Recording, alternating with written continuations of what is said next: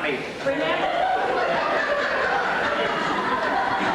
My generation, we were to be seen and not heard.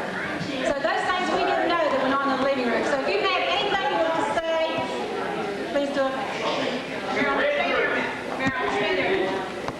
Oh, now don't start that stuff. Center court. No. Don't you bring it because others going to bring the water now. These people that don't know the story of this. When Fred went out to the gasway to ask Ruth's dad for Ruth's head, he stopped somewhere and got a watermelon and took it up and gave it to Sam. That's true. That's true. And then he gives Sam the watermelon for Ruth. As I said, Fred, I was going to do it, but Helen wouldn't let me. She said both were going to bring one, and I just found out that both were gone. Maybe Pete wouldn't let him do it either. I don't know. So what I want to know, Fred, 10 years from now, you're going to have 60 Fred. I don't know. Well, I may not be here 10 years from now. Well, I might not either.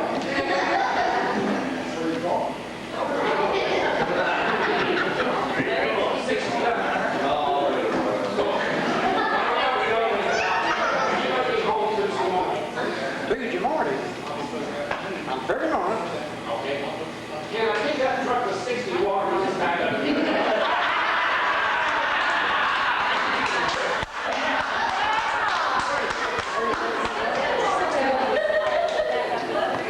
I'm going to tell you some people one thing. That's the wind is blowing all that I've got right there.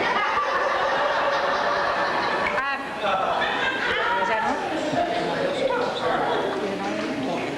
Is it on? We've got a... It's not on, Linda. It's not on. Okay. Anyone else that wants to come up, he wants to get your voice on video also, so come up and talk into this. See what you missed out on? Like young people.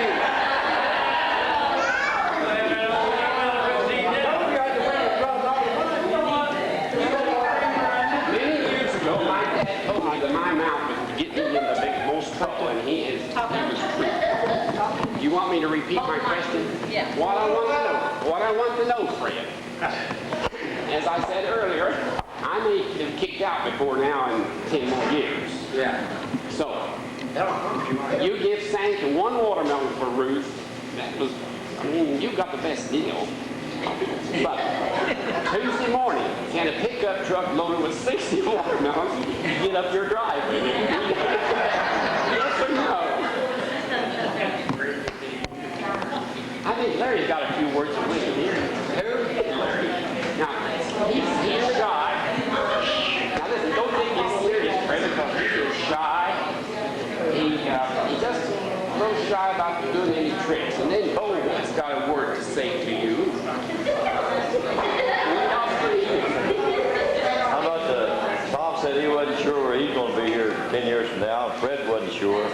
So Ruth, I'll bring the watermelon. We'll have another party in 10 years.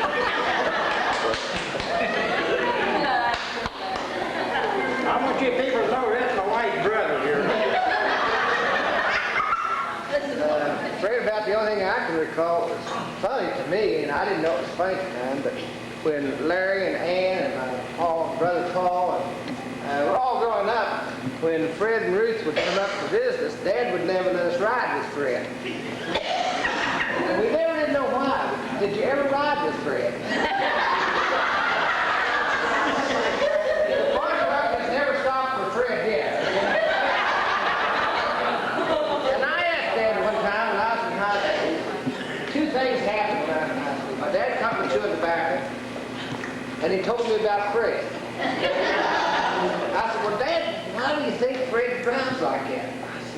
Fred just, when he goes through the gasway, it's a 2 red like hell, 20 mile an hour fast.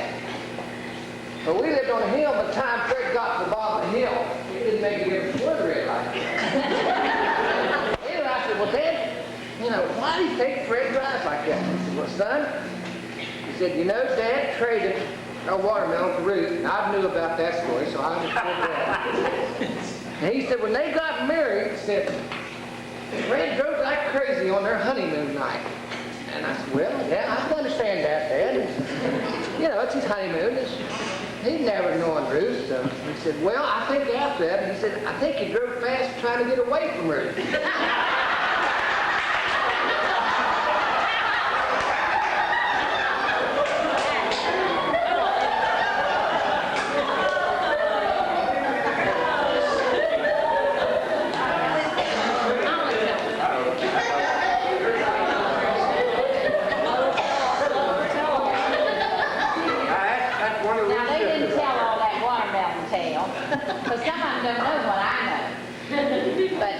Me about one time, he said, you know, I never did quite figure out why Fred brought those watermelons.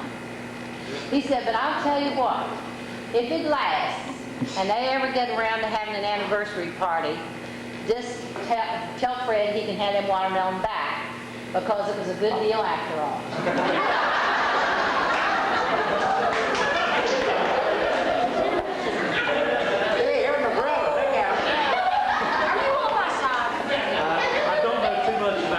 But I just want to tell you a little story here that happened to me. July the 1st was my 42-year anniversary, and we were on a plane coming back from New Orleans. And I told some of my friends, I said, if the wife and I gets up and goes to the back of the plane, don't nobody make any comments, because we'll be right back.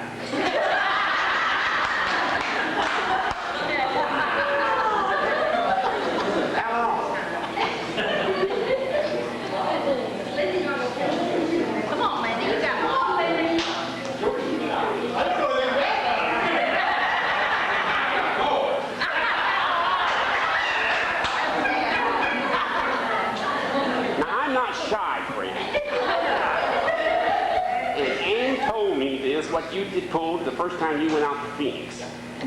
And I was a little surprised because I thought that you were the quiet type until this. But Ann, you were all on a bus going somewhere. Right. Now this actually happened, Fred, folks. Fred was on this bus and they went out and Ann saw this mountain, said that's what they call the Camelback Mountain. And Fred looked at it and said, my God, that looks like a pregnant woman laying on her back.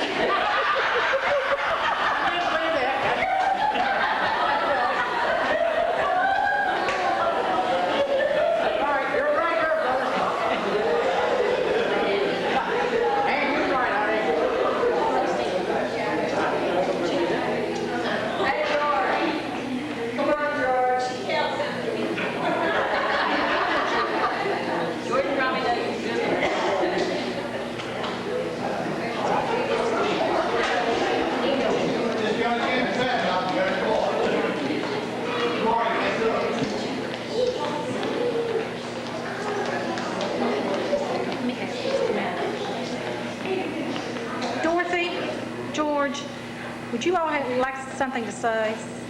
Would you all care to say something? George will tell you more than okay. But anyway, George, would you come here just a minute?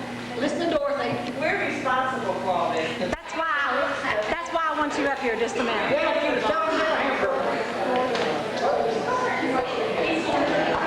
I will tell you one on myself. He's coming for you.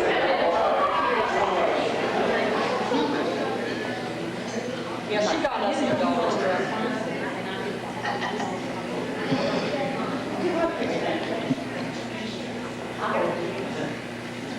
Well, I guess we are responsible for this because I worked at Woolworth selling hot dogs, and Ruth did too.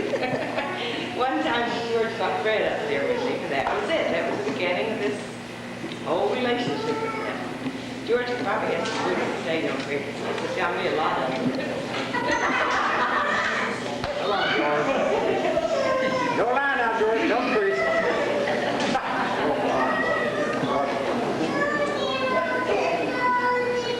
Well, years ago, Fred in church used to be the first one to get up to testify. And so he got to call him Peter. And we had an affair at our house one night of all the youth in the church. And Fred spilled some cocoa. And one of the girls there said, "Did it burn you, Peter?"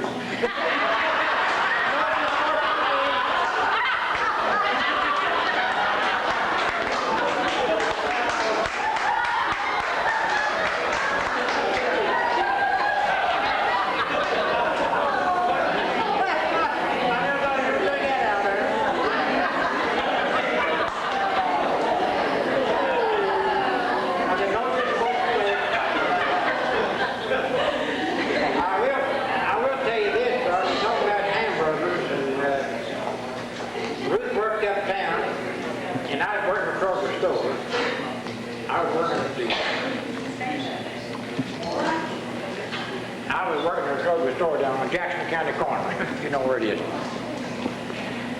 And the man didn't decide he didn't want me no more, the district supervisor. He said, Fred, we're going to have to let you go. I said, that suits me just fine.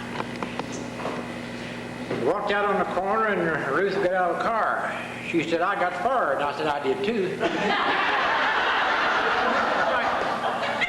And she was pregnant with this big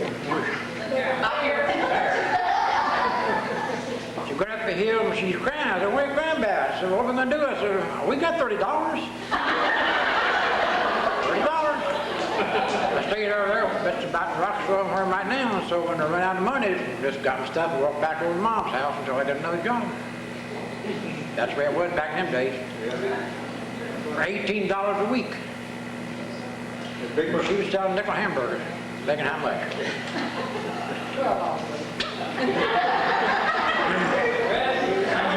What you said when you first saw the ocean? Do I? Tell them what you said when you first saw the ocean. Oh, the ocean salt. What is it? A lot of water. And I got a big sunburn out of it, too. I don't know what Dorothy had against me. She said, I'll fix you up with a date. And I said, okay. So she brought him up there. I sort of liked the looks at him. We went to Virginia that night. And don't ask me what the movie was. I couldn't tell you. We all went together. We did. Yeah. And I couldn't stand the looks of him. He had on an old long top coat and an old slouch hat. And I thought, God, where'd you come from? True about me. Anybody else? Yeah. Oh, my. Or when they get up to talk, they just start coming, you know? A few years ago, one of our brothers died in South Carolina. So Fred and Ruth and Larry, turn around, I can't hear you. Tom and Helen went. You don't need to hear this, Fred. All right.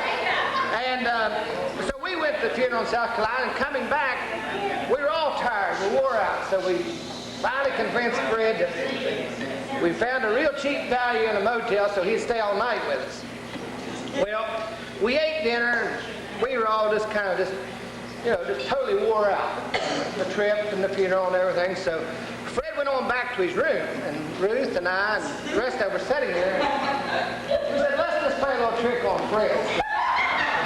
We got a hold of one of the waitresses, and I'll show you how interesting this was. We told her, we wanted to do this. And she said, well, what would you charge? We asked her, what would you charge? She said, offer him $2 to be a plenty. So Tom and I gave him $2, and the deal was, she was going back and knock on his room, and Gwen said, well, honey, I understand you want some female companionship. And she was going to go in the room, and about the time she got in there, Ruth was going to run in and just literally clean him out. So Fred went back, this waitress went back, she knocked on the door, and we were close by. And Tom and I was laughing and rolling on the floor. She went in, she said, well, honey, I understand, you want some female companionship, and they sent me back. And She said room service. room service. And Fred was sitting on the bed, and he was saying, well, And about that time, here come Ruth. Boy, she busted. Fred, what are you doing in here with her? Of course, Tom and I, Larry, and our wives were all laying out in the hall, just rolling. Yeah, you were rolling. You were rolling down the hall. That had to be the paper. Bruce said it, he needs room service out here. Well, that happened, okay, and to finish up on Tom, after it's all over, he's out in the lobby talking. Tom had to go to the restroom. And Tom has a real high-pitched laugh. So he was standing at the urinal, doing what you do at the urinal. And two guys come in, and Tom was just standing there laughing, just, ha, ha, ha. These two guys up there said, oh my God, we got to get out of here.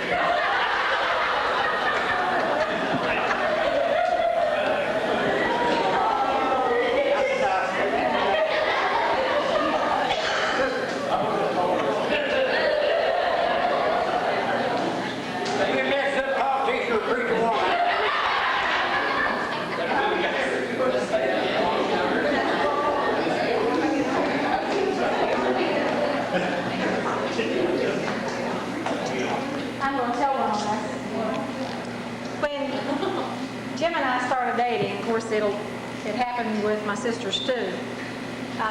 There was several times when he came up that Dad was in the living room, and we weren't allowed, you know, when we first started dating, to go anywhere without his permission, even though I was in college at the time. So after several dates, my husband, to me, said, "What does your dad's face look like?" And I said, "What do you mean?" He said, "Well, he's always reading the paper. I never do get to see his face." And as the years went by, the same thing happened to Sister Judy and Sister Linda. But I think he was just a little afraid of his daughters leaving the nest at the time, so we forgive him.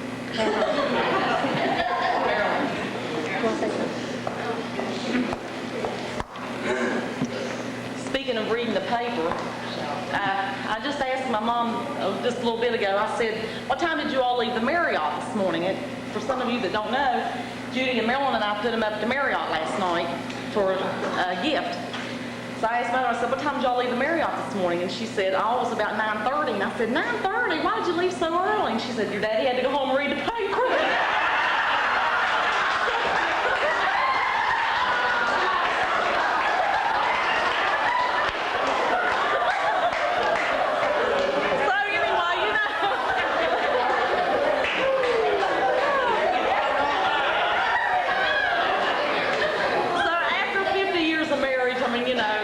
Difference does it make, really? But but their notice was in the paper this morning. I hope everybody was able to see it. And Mother, it was left out of the paper that she is formerly from Gasaway, for those of you that don't know. And it was not in the paper this morning, so I just wanted to tell everybody.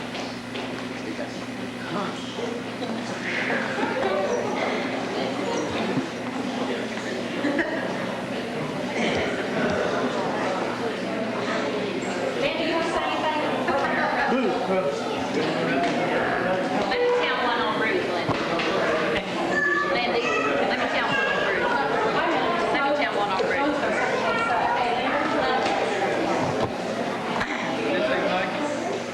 Yeah, no, it doesn't say Ruth. Sorry, got the heat.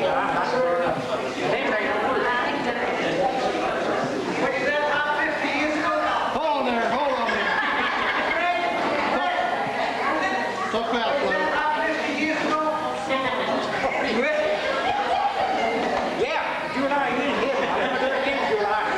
I just want to tell a real cute one on Ruth. Out of all of us girls, we always thought that my dad was partial to Ruth. And it wasn't hard to be partial to her because she was such a sweetie. And but all down through the years, we used to think that Dad just humored her too much. Because when she was 6 years old, she had pneumonia and wasn't expected to live. And of course, in those days, they didn't have penicillin or sulfa or anything to help them. So Dad thought for sure that he was going to lose Ruth. And after that, all through the years when we were growing up, and we all had to work in the garden and cut the grass and weed the flower beds and everything, Ruth never had to do anything like that. Because when Dad left the house to go to work in the morning, he'd say to Mom, "Now don't make Ruth do anything today. She's not very strong." And boy, did she play that up. She loved it. And Woody, the next two below her, she and I were always the ones elected, you know. And Ruth would be sitting on the porch having fun, you know, and we'd be out in the garden. And then I'll have to tell you what happened when she had pneumonia. Mrs. Hembury lived next door to us. And Mrs. Hembury was like a midwife and a nurse. And so she'd been with Ruth 2-3 nights through the crisis. And about 4 o'clock in the morning, her fever broke, and they knew that probably she was going to recover. And so Mrs. Hembury, and it snowed real bad that February night, and Mrs. Hembury said, "Well, you know, May," that was my mother, she said, "May, you know, I don't have anything on but my bedroom slippers, and it has snowed quite a lot." And Ruth sat straight up in bed and looked Mrs. Hembury in the eye and says, "I hope you freeze your old feet off." And she's been just that sharp ever since. I got on the porch to read and talk to her dad about her, you know. And I said,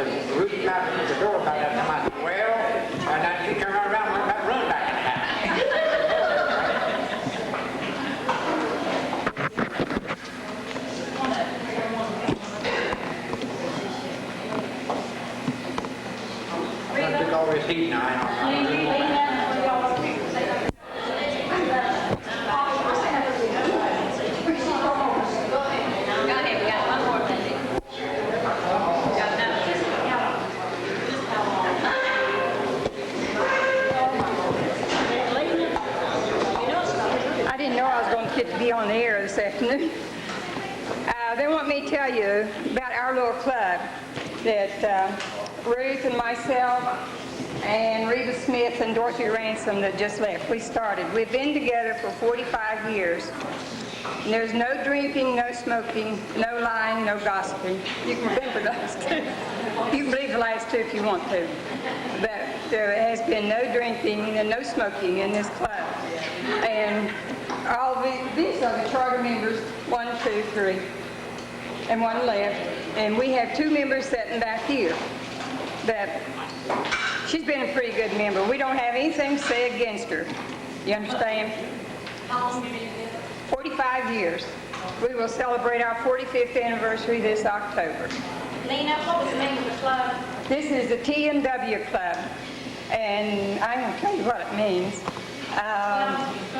12 married women. You didn't have to tell them. But we have widows now, too. But there's been 2 clubs, one in Dunbar and one in St. Albans has been a branch off of our club or patterned after our club.